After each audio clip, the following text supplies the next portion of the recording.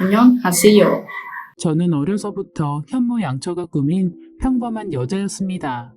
요즘 세상에 무슨 현모양처냐고 시대가 어느 시대냐고 하시는 분도 있을지 모르겠지만 저는 어려서부터 사랑이 없는 결혼 생활을 해오신 부모님 밑에서 자라서 남들이 볼 때는 지극히 평범한 것들에 대한 행복을 하나도 누리지 못하며 살았어요. 예를 들면 혼자 자는 것이 무섭다며 엄마 아빠 사이에 끼어 같이 잔다고 떼를 쓴다던가 부모님과 함께 놀이동산에 가서 엄마 한 입, 아빠 한 입, 나 한 입 같이 솜사탕을 나눠 먹는다는 것과 같이 지극히 평범한 일들이요. 저의 어릴 적 이야기를 잠깐 해볼게요. 저는 외동딸로 정치하시는 아버지 미술관 관장이었던 어머니 밑에서 아주 유복하게 자랐어요. 아버지는 권력과 재력에 대한 야망을 가지고 계신 분이셨고 어머니와는 선을 봐서 결혼을 했다고 했습니다. 저희 아버지 집안은 대대로 정치하는 집안이고 저희 어머니 집은 대대로 화랑을 하는 집이었어요. 정치인 집안과 예술인 집안의 결혼은 남들 보기 좋은 구색에 불과했죠. 어머니 집은 정치하는 아버지 집안의 돈만 보고 결혼을 시킨 것이고 아버지 집은 예술하는 어머니 집안에 고상한 타이틀이 필요해서 결혼을 시킨 것이었어요. 지금 어머니가 가지고 있는 미술관도 결혼할 때 아버지 집에서 해주신 것이었죠. 서로의 조건만 보고 한 결혼이었어요. 심지어 어머니는 그때 당시 사랑하는 남자가 있었다고 했어요. 그 남자를 버리고 아버지와 결혼한 것이었죠. 아버지 집은 남자 아이를 낳아 정치의 대를 잇기를 원하셨고 어머니는 저를 낳고는 더 이상 자신의 몸이 망가지는 것이 싫다고 아이를 원하지 않았다고 해요. 그러자 아버지 댁에서는 난리가 났고 그 압박에 못 이겨 2번이나 유산하면서까지 낳은 아이가 제 남동생이었어요.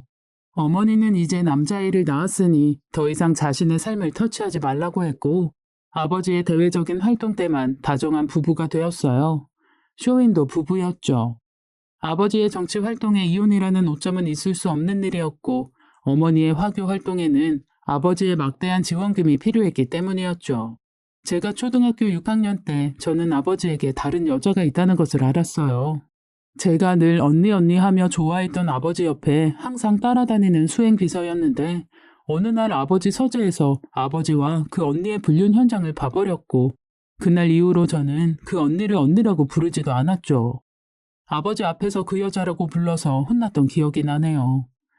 전 제가 본 것을 엄마에게 울면서 이야기했지만 엄마는 제 머리를 쓰다듬으면서 예진아, 네가 이해가 될지 모르겠지만 아빠도 엄마도 각자의 삶이 있단다.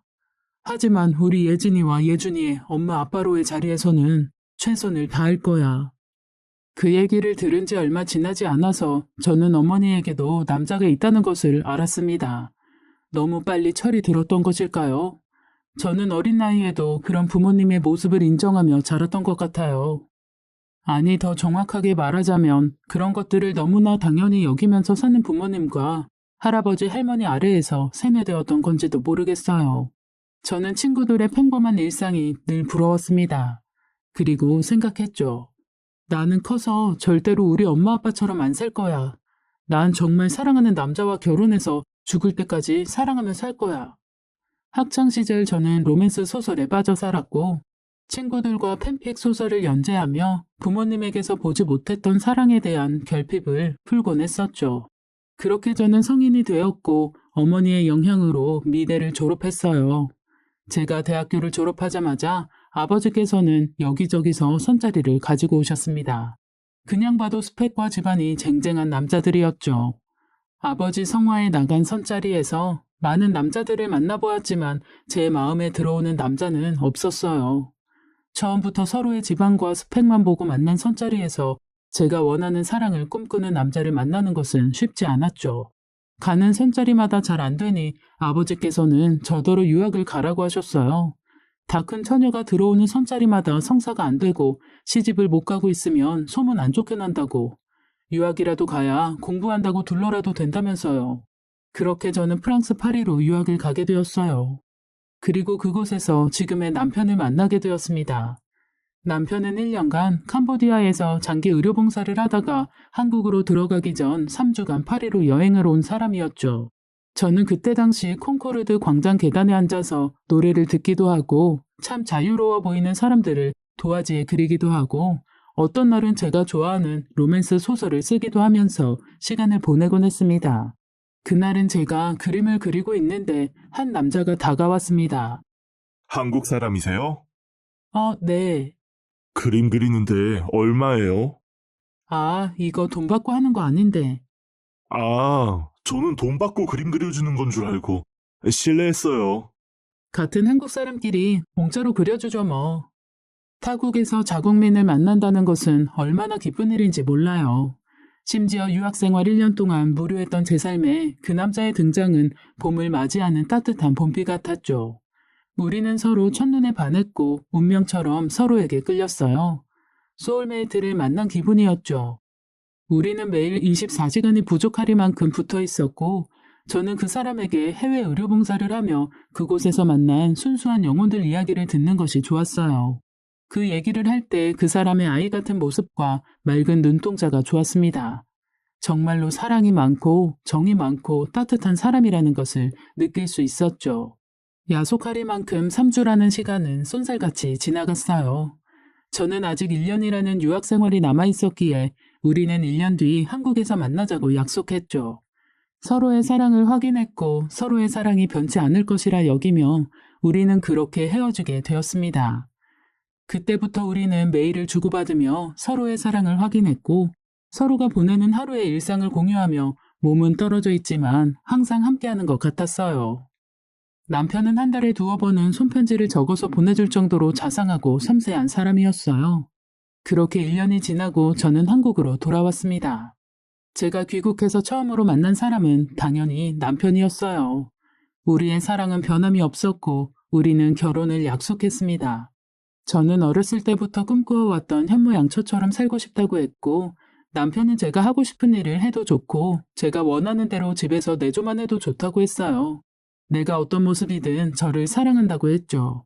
하지만 아버지께서는 우리의 결혼을 반대하셨어요. 남편은 치과 의사였지만 남편의 부모님께서는 작은 시골에서 농사를 지으셨거든요.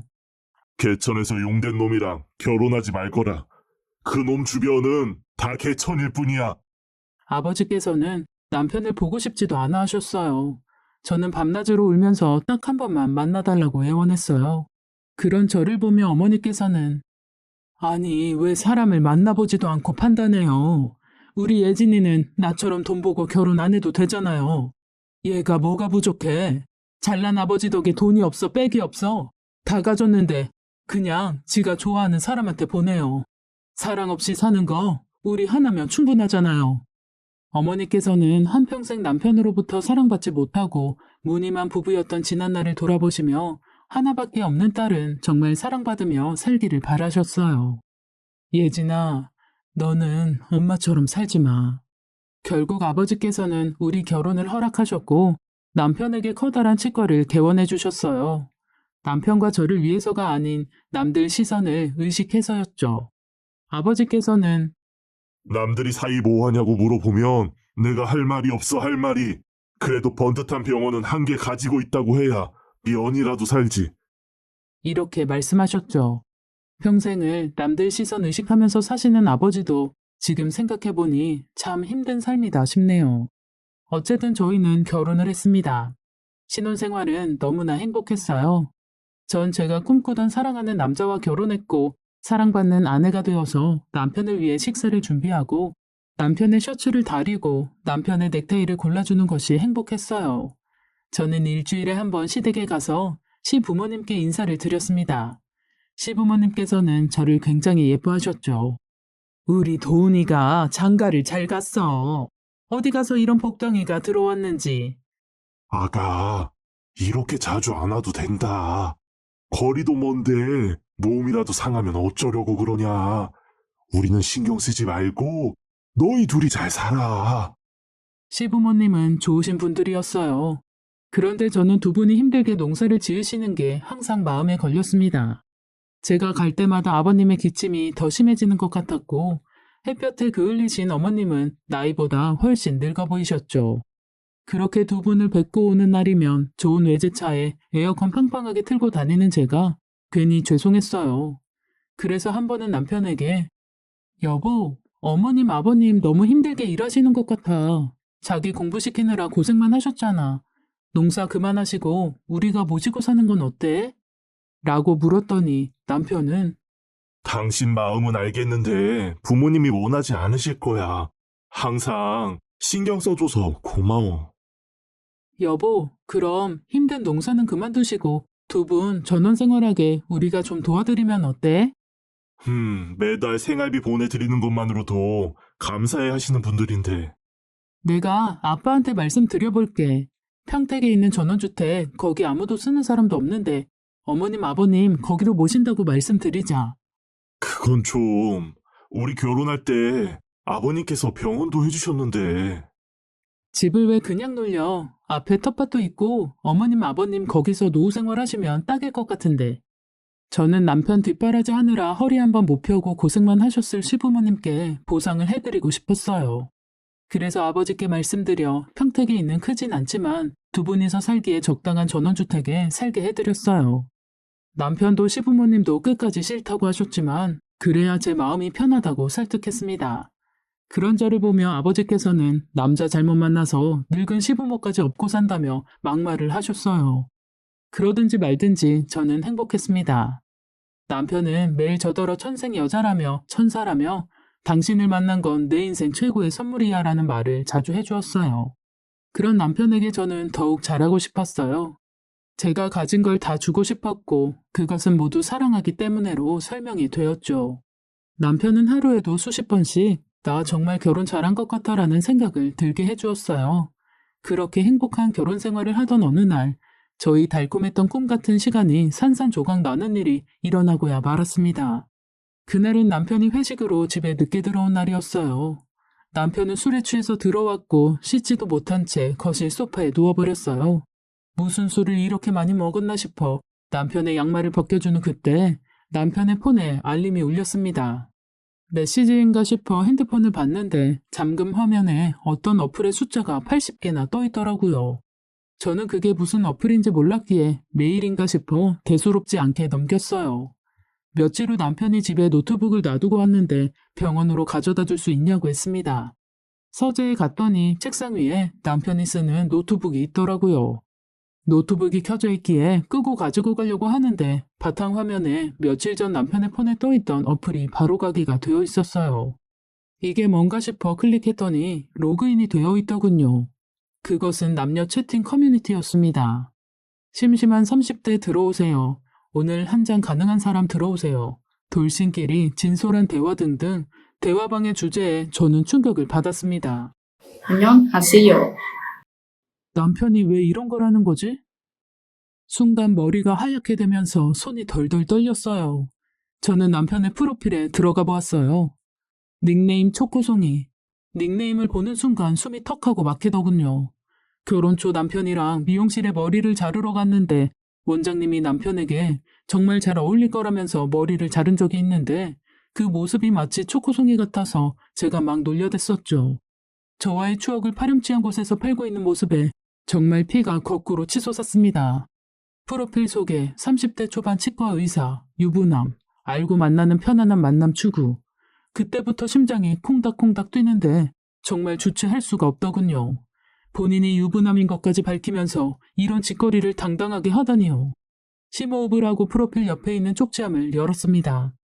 묻 여성들과 남편이 주고받은 수많은 쪽지들이 있었어요. 저는 그 자리에 앉아서 남편이 나누었던 모든 대화의 현장을 보았습니다.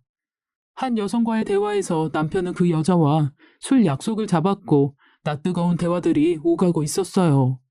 날짜를 보니 며칠 전 회식한다고 늦은 그날이더군요. 저는 배신감에 눈이 뒤집혔고 애써 침착하며 다른 쪽지함들도 모두 읽어보았습니다.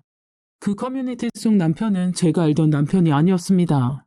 자상하고 섬세하고 마음 약한 저밖에 모르는 애처가 남편의 모습은 어디에도 없었어요.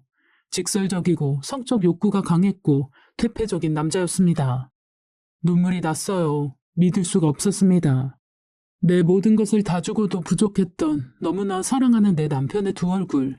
당장 찾아가서 따지고 싶었습니다. 도대체 이게 뭐냐고, 어떻게 나한테 이럴 수가 있냐고. 그 순간 아버지의 말이 떠올랐습니다. 남자는 배부르고 등 따뜻하면 다 한눈 판다. 그 인간이라고 안 그럴 것 같으니? 사랑이 밥 먹여준다더냐? 네가 말하는 그 사랑이 영원할 것 같으냐? 결혼 반대할 때 아버지께 들었던 수많은 말들이 생각나면서 저는 엉엉 울었습니다. 아버지께 보란 듯이 사랑으로 잘 사는 모습을 보여주고 싶었는데 남편의 두 얼굴을 보는 순간 모든 것이 무너져 내렸습니다. 제가 틀렸던 걸까요? 정신없이 울고 있을 때 남편에게서 전화가 왔습니다. 여보, 왜 이렇게 안 와? 무슨 일 있어? 아니야. 미안. 갑자기 현기증이 나서 잠시 누워 있었어. 괜찮아? 여보, 오지 마. 내가 지금 집으로 가지러 갈게. 저는 말도 안 되는 대화들을 보면서도 이 상황을 믿을 수가 없었어요. 제가 걱정되어 지금 당장 집으로 온다는 남편을 믿고 싶었어요. 남편의 진심을 알고 싶었어요. 그래서 저는 그 커뮤니티에 가입을 했습니다. 그리고 남편의 아이디를 검색해서 쪽지를 보냈죠. 1시간이 지났을까? 남편에게서 답장이 왔어요. 지금 채팅 가능? 그렇게 두 얼굴의 남편과의 채팅이 시작되었습니다. 우리는 매일 채팅을 했어요. 누구보다 남편에 대해 잘 알고 있었던 저는 좋아하는 취미, 좋아하는 음악, 좋아하는 영화까지 모두 남편의 성향대로 맞추며 남편으로 하여금 정말 대화가 잘 된다며 이렇게 잘 맞는 여자는 처음이라는 소리를 들었습니다. 그렇게 남편과 하루에 몇 시간씩 채팅을 했고 언제부턴가는 자신의 고민을 터놓기도 했죠. 그 고민 중에는 저와의 잠자리가 맞지 않다, 만족스럽지 않다는 등 수치심을 느낄 정도의 내용들이었어요. 잠자리 안 맞으면 이혼감인데? 에이, 이혼은 절대 안 하죠. 제 돈줄인데. 남편은 결혼할 때 처가댁에서 병원을 해줬다부터 차와 집도 다 처가댁에서 해주었고 자신의 부모님 집까지 지금 뜯어놓은 상태라고 했어요. 뜯어놓은 상태, 어이가 없었습니다. 제가 돈줄이었습니다. 아내랑은 어떻게 만났어요? 남편은 자신의 이야기를 굉장히 오랜 시간 해주었어요. 가난한 농부의 아들로 태어나서 가난을 벗어나는 방법은 출세하는 길뿐이 없다고 생각해서 미친 듯이 공부를 했어요.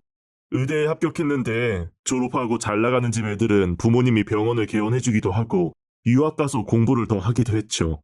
가난했던 저는 의료봉사 1년을 가면 교수님 추천으로 내가 원하는 병원에 들어갈 수 있다고 해서 1년 봉사를 갔어요. 한국으로 돌아가기 전에 처음으로 여행을 가보자 해서 아끼고 아껴 모은 돈으로 프랑스 파리를 갔어요. 돈이 없던 저는 먹을 것도 제대로 못 먹었고 허름한 곳에서 잠을 자야 했죠. 그래도 프랑스 파리에 있다는 것만으로 위안을 삼았어요. 거기서 지금의 아내를 만났어요. 한눈에도 부잣집 딸이라는 것을 알 수 있었죠. 어렵게 자란 저와는 달리 뭐든지 겁이 없고 과감하고 걱정이 없는 아내의 모습이 신기했어요. 그때 당시 저는 한국에 결혼할 여자가 있었기에 그냥 한순간 불꽃놀이처럼 즐겼고 저는 한국으로 돌아왔어요. 그리고 아내는 잊혀갔어요. 그냥 한날의 꿈 같은 거였죠. 그런데 한국으로 돌아와 다시 가난한 현실을 마주하니 문득 아내가 생각났어요. 아내와 주고받은 메일에서 아내의 부모님이 이름만 대면 다 아는 사람이라는 걸 알게 되었고 알아보니 제가 생각한 것 이상으로 아내의 집은 부자였어요. 내 출세길은 그 여자밖에 없겠다는 생각이 들더라고요. 이 여자를 잡아야겠다는 생각에 저는 8년 사귄 여자친구를 버렸어요. 남편의 이야기를 듣는데 눈물밖에 나지 않았어요. 이 남자는 내 돈을 사랑했던 거였구나. 나를 사랑하지 않는구나. 출세를 위해 결혼을 약속한 8년이나 사귄 여자를 버릴 만큼 잔인한 남자였어요. 소름이 끼치더군요. 그래도 결혼에 성공하셨네요. 하하, 사랑밖에 모르는 여자가 세상에서 제일 쉽죠. 난 너밖에 몰라. 당신만 있으면 돼. 이것만 해주면 되거든요. 웃고 있는 저 남자는 더 이상 제가 사랑하는 남자가 아니었어요. 저는 복수하고 싶었어요. 저를 이용한 대가, 사랑 없이 결혼한 대가를 치르게 하고 싶었어요. 저더러 이곳에서 만난 여자들이랑은 다르다면서 지금까지 여기에서는 의미 없는 하룻밤을 원하는 사람들밖에 없었는데 이렇게 대화가 잘 통하는 사람을 만나니 기쁘다고 하더군요. 누구에게도 얘기하지 못했던 진짜 자신의 속마음을 다 얘기할 수 있어서 후련하고 제가 너무 편하다라나 뭐라나요. 제가 자기 인생의 쉼터 같답니다. 고해성사 같답니다. 하지만 양심의 가책은 없었어요. 아내가 저희 부모님께 전원주택을 해주자고 했을 때 저희 부모님은 한사코 거절했지만 그건 다 예상된 시나리오였어요. 저희 부모님께 아내가 집에 가면 더 힘든 척하며 농사일이 고된 척하라고 했죠. 사실 그때 부모님은 농사를 짓고 있지도 않았어요. 처가에 놀고 있는 전원주택이 있다는 걸 알고는 저희 부모님께도 그 집 얻어내야 하니 연기를 잘하라고 했었어요. 착한 아내는 덥석 잘도 물더군요. 부잣집 며느리 얻어서 저희 부모님도 편하게 살아요. 인생이 이렇게 쉬운 거더라고요. 지금까지 시부모님이 제 앞에서 했던 많은 행동들이 다 연기라는 것을 알게 된 후 저는 치를 떨었습니다.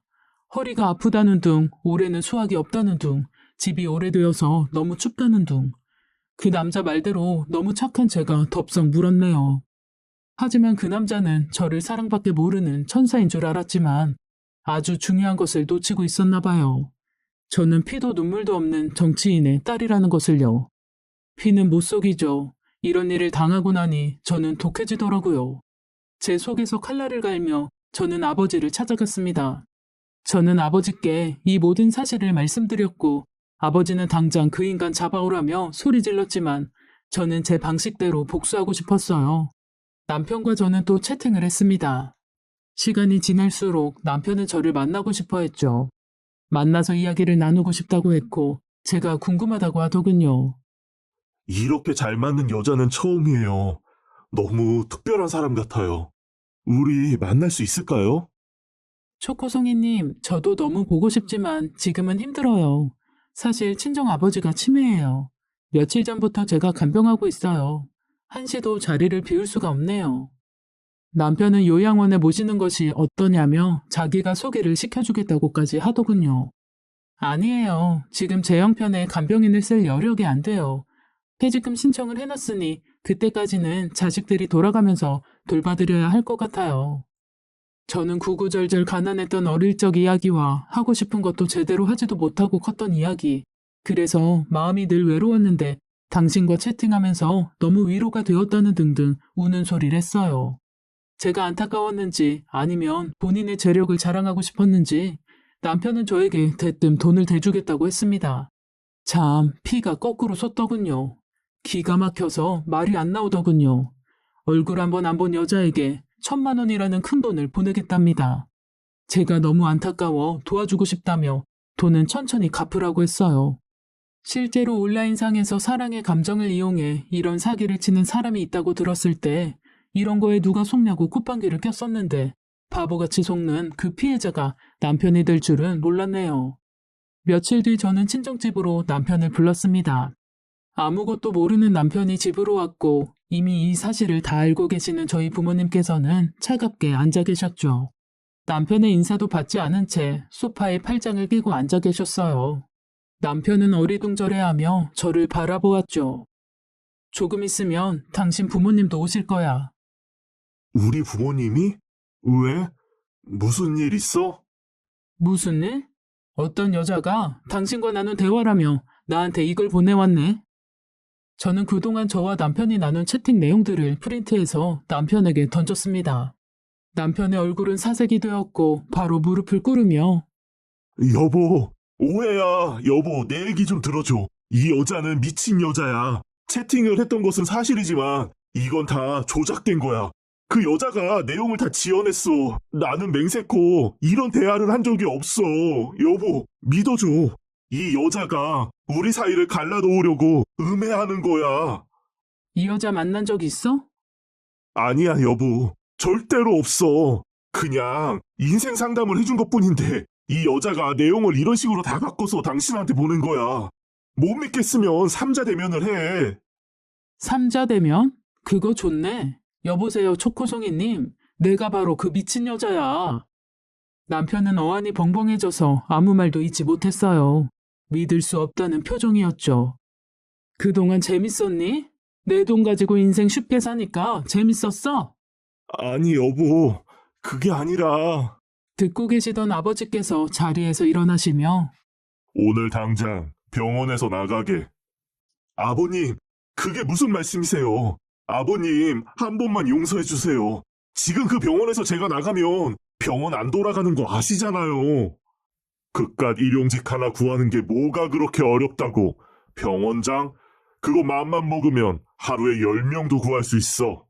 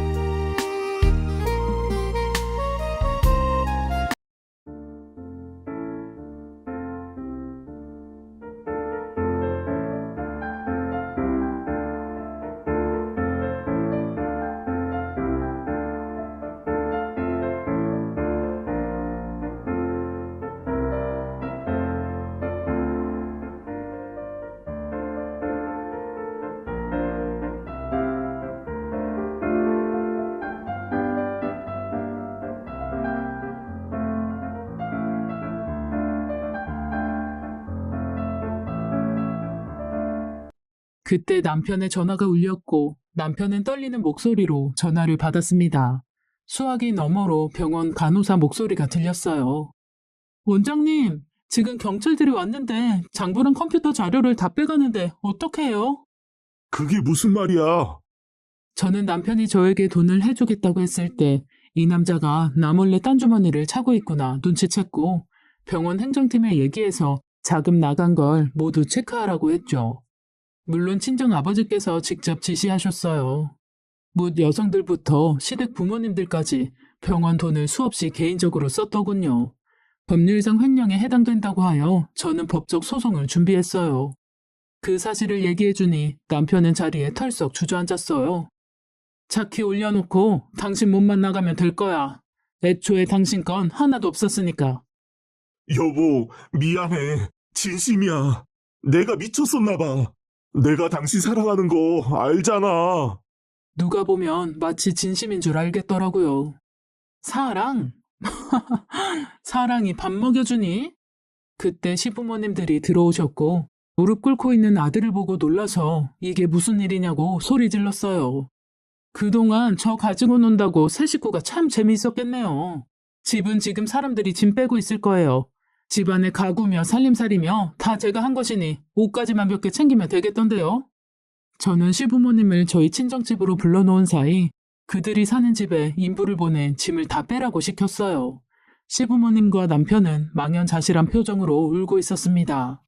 저희 아버지께서 개천에서 용난 남자 만나지 말라고 하셨는데 그 말을 들었어야 했어요. 아가, 미안하다. 용서해다오. 우리가 살 집이라도 마련해다오. 당장 나가라고 하면 우린 어디로 가니? 길바닥에 나 앉을 순 없지 않니? 시어머니가 제 팔을 잡고 애원했어요. 아줌마, 내가 왜 아줌마 아가예요? 저의 싸늘한 말에 세 명은 넋을 놓고 저를 바라보았습니다. 나보고 사랑이 전부인 여자라고 했지? 그걸 빼고 나니 이런 모습이네. 이게 당신이 원하는 모습 아니었어? 아 참, 위자료는 필요 없어. 나는 돈이 아주 차고 넘치거든. 그렇게 저는 이혼했습니다. 마지막까지 남편은 빌었지만 저는 받아주지 않았어요. 제 사랑을 기만한 대가로 그 남자는 나락으로 떨어졌습니다. 안녕하세요.